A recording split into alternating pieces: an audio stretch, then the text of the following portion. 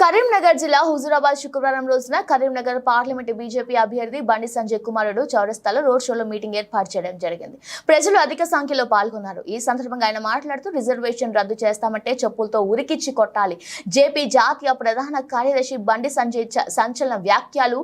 జమికుంటలో Ravinder Reddy meeting లో వ్యాఖ్యలిచ్చారు. 2500 ఇస్తానని ఎందుకు చెప్పారు? మనని మోసం చేసిందా లేదా తులం బంగారం ఇస్తానన్నాడు, ఎందుకు ఇవ్వలే? 6 గ్యారంటీలు నెరవేర్చేలా టీఆర్ఎస్ గుడిని మింగింది రవీందర్ రెడ్డి. గుడిలింగాన్ని మింగుతాడు. రైతు కళ్ళల్లో 1500 రూపాయలు ఇస్తానన్నాడు, వారికి ఇవ్వలేదు. రైతు భరోసా 15,000 ఇస్తాడు, ఇవ్వలేదు. కాంగ్రెస్ పార్టీలో అన్ని మోసాలు. 13 తారీఖు నాడు ప్రతి ఒక్కరు అభ్యర్థి ఓటు వేయాలని, బీజేపీని గెలిపించాలని, బండి సంజయ్ కుమారుడు పువ్వు గుర్తును గెలిపించాలని అన్నాడు. మరి జమ్మికుంటలో రేవంత్ అన్న ఎందుకు చెప్పలే? 2500 ఇయ్యలే, ఇస్తాను ఎందుకు చెప్పలే? ఇచ్చిందా? ఇయ్యలే. మరి మోసం చేసిందా లేదా? 4000 రూపాయలు ఆసరా పెన్షన్ ఇస్తాను, ఇచ్చిందా ఎవరికైనా? మరి రేవంత్ అన్న ఎందుకు చెప్పలేదు? జమ్మికుంట వేదికగా చెప్పడు, ఇయ్యలేదు కాబట్టి చెప్పలేదు. తులం బంగారం ఇచ్చి రావడం ఆ గొలుసు అదే కాక తులం బంగారం కాదా?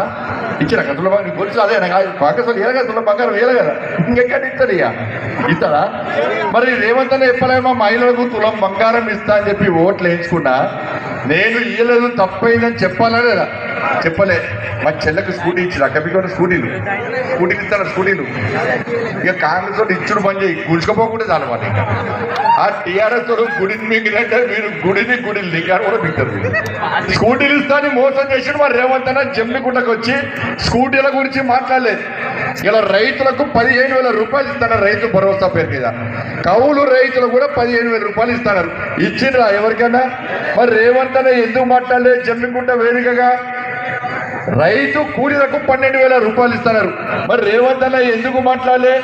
అరే తరుగు తాలు తేమ లేకుండా కొంటున్నాడు. ఎక్కడన్నా తరుగు తాము తేమ లేకుండా కటింగ్ లేకుండా ఎక్కడన్నా కొంటుండా అన్న? ఏ ప్రాంతాలైనా కొంటుండా? ఇదే రేవంత్ రెడ్డి గారు హామీ ఇచ్చే కదా, తరుగు తాలు తేమ లేకుండా 1 కిలో కూడా కడియకుండా కొంటా కొనడంతో పాటు 500 రూపాయలు బోనస్ ఇస్తున్నాడు. ఒక రైతు ఆలోచించాలి. మీరు 500 రూపాయల లెక్క కాదు, 1 ఎకరానికి 28 కింటాలు వస్తుంది, తక్కువ. అవునా కాదా? 20 ఏమంటారా? ఎవరి పేరు చూడమంటారు? మీ ప్రధానమంత్రి అభ్యర్థి ఎవరు అంటే ఎవరు లేరా? మరి దేశాన్ని రక్షించేది ఎవరు? రైతుల గురించి ఆలోచించేది ఎవరు? పిల్లల గురించి ఆలోచించేది ఎవరు? పేదల గురించి ఆలోచించే నాయకుడే మీ దగ్గర లేనప్పుడు, అధికారంలోకి వచ్చే సీట్లలో మీరు పోటీ అయినప్పుడు, మీకు అభ్యర్థులే కరువైనప్పుడు, మీకు ప్రధానమంత్రి అభ్యర్థులు లేనప్పుడు ఏ విధంగా మీకు ఓటేయమంటారు? మీకు ఓటేస్తే ఫాయిదా అయింది, తీసుకుపోయి మూసినైనా పడేస్తాయి. మూసినైనా పడేసినట్టే. ఇక బీఆర్ఎస్ పార్టీ ప్రధానమంత్రి అభ్యర్థి ఉన్నాడా? ఎవరే ఉన్నాడా? ఈయన ముఖ్యమంత్రి చేస్తేనే పాములు తాగివన్నాడు. ఈయన దేశ ప్రధాని చేస్తే పాకిస్తాన్ వచ్చి ఉగ్ర దక్కపోతాడు, బంగ్లాదేశ్ ఇటు దక్కపోతాడు, చైనాడు ఇటు దక్కపోతాడు. 2 పెగ్గులు దాకా కేసీఆర్ ఫుల్ బాటిల్ అవుతాడు. అవుతాడు కేసీఆర్ ఆ కలుపులు ఎలికి ఉంటుంది. ఆ ఎలుక ఆకలినప్పుడే బయటకు వచ్చి జిల్లెల్లో ఒక్కొక్కరు వస్తాడు. ఈ కేసీఆర్ సార్ అదే ఎన్నికలప్పుడే బయటకు వస్తాడు, ఎన్నికల తర్వాత మన పాపలు వస్తాడు. అలారం పొద్దున పోవడానికి లేవడానికి వాకింగ్ చేయడానికి అలారం పెట్టుకుంటాం. కేసీఆర్కి అలారం ఉంటుంది. ఏమన్నా అంటే నోటిఫికేషన్ రాగానే టింగ్ టింగ్ టింగ్ ఉంటుంది అసలు. ఇక మళ్ళీ కనబడాడు కేసీఆర్ సార్ మనవాడు. నా కేసీఆర్ అనే మూర్ఖుడికి మొన్న ఎట్లా గుణపడ్డని చెప్పారు. ఇవాళ ఇద్దరు 2 పార్టీలు కూడా, ఈ 2 పార్టీలు దేవులను అవమానపరుస్తున్నారు. అరే రాముని పేరు బరాబర్ చెప్పుకుంటాం, రాముడి పేరు చెప్పుకునే అర్హత మాకు. 400 పార్ అంటే 370 ఆర్టికల్ గతంలో రద్దు చేసినాం. అయోధ్యలో రామ మందిర నిర్మాణాన్ని నిర్మించడం, 3 తలాక్ రద్దు చేస్తాం. దేశానికి అవసరమయ్యే దేశ భద్రత కోసం, ఈ దేశంలో పేదోళ్ళ కోసం, పేదలను అభివృద్ధి చేయడానికి, పేదలను బాగు చేయడానికి మాత్రమే మేము 400 సీట్లు కావాలంటున్నది తప్ప అయినా మీకెక్కడ మాట్లాడే హక్కు ఉన్నదన్న. పోయినసారి కాంగ్రెస్ పార్టీకి ప్రతిపక్ష హోదానే లేదు, 44 మందేమో గెలిచిన పోయినసారి కాంగ్రెస్ పార్టీ. ఈసారి మళ్ళా ప్రతిపక్ష హోదా రాదని భయపడే కాంగ్రెస్ పార్టీ అంటే కాంగ్రెస్ పార్టీ అధికారికి వస్తుంది చెప్పండి. మనమేమో దాదాపు 470 సీట్లలో మనం పోటీ చేస్తున్నాం. ఎన్ని సీట్లు? అధికారంలోకి రావాలంటే 272 సీట్లు కావాలి. అవునా కదా? ఎన్ని సీట్లు కావాలి? మరి కాంగ్రెస్ పార్టీ ఎన్నిట్ల పోటీ చేస్తుంది? ఎన్నిట్ల పోటీ చేస్తుంది? 310 300 సీట్లలో పోటీ చేస్తుంది. ఒకసారి గుర్తుంచుకోండి, నేను మంత్రి పదవి కోసమో దేనికోసమో ఆశిస్తలేను.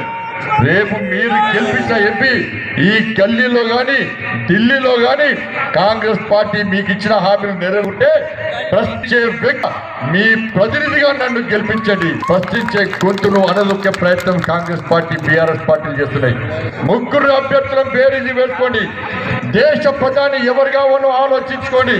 నరేంద్ర మోడీ గారు దేశ ప్రధానిగా ఉన్నా లేకుంటే ఇంకో వ్యక్తి దేశ ప్రధానిగా ఉన్నా ఒక్కసారి ఆలోచించండి. ముగ్గురు అభ్యర్థులు మీ ముందుకు వస్తున్నాం. ముగ్గురిని బేరీజు వేసుకోండి. మీకు ఆపద వస్తే, మీకు కష్టం వస్తే ఈ తెలంగాణ రాష్ట్రంలో కానీ కరీంనగర్ పార్లమెంట్లో కానీ మీ మనిషిగా నేను మీ ముందుకు వస్తున్నా. మీరు తయారు చేసిన కార్యకర్తగా మీ ముందుకు వస్తుండ బండి సంజయ్. మీరు ప్రోత్సహించిన కార్యకర్తగా మీ ముందుకు వస్తున్న బండి సంజయ్. కాబట్టి బండి సంజయ్ కావన్నా వాళ్ళ ఇద్దరు ఎప్పుడు కనబడని ఇద్దరు అభ్యర్థులు కావన్నా దయచేసి పెద్ద మనసుతో ఆలోచించండి. 13వ తారీఖు జరిగే ఎన్నికల్లో ఈ ఒక్కరు ఓటు హక్కును వినియోగించుకోండి. ఎండ కొడుతుందనో వర్షం పడుతుందనో ఓటును వృధా చేసుకునే ప్రయత్నం చేయండి. 100% పోలింగ్ కరీంనగర్ పార్లమెంట్లో జరగాలి. ప్రతి కార్యకర్త ప్రతి ఒక్కరు కూడా ఉదయమే సకుటుంబ సమేతంగా ఫంక్షన్లకు ఎట్లా పోతామో, గుళ్ళకి ఎట్లా పోతామో, ఇక్కడ తీర్థయాత్రకు ఎట్లా పోతామో ఉదయమే లేచి కుటుంబ సభ్యులందరూ కలిసి ఇవాళ వెంటనే ఓటు హక్కును వినియోగించుకోండి. పట్టా ప్రతి ఓటు ఏ గుర్తు మీద పడాలన్నా, ఏ గుర్తు మీద పడాలన్నా, ఏ గుర్తు మీద పడాలన్నా పువ్వు గుర్తు పడాలి. పక్కా వేస్తారు కదా, పక్కా గెలుస్తాం, భారీ మెజార్టీతో గెలుస్తున్నాం కదా, డౌట్ ఏం లేదు కదా. కాంగ్రెస్ డౌట్ లేదే, మనకి డౌట్ ఉంటుంది. క్లారిటీ వాళ్ళకి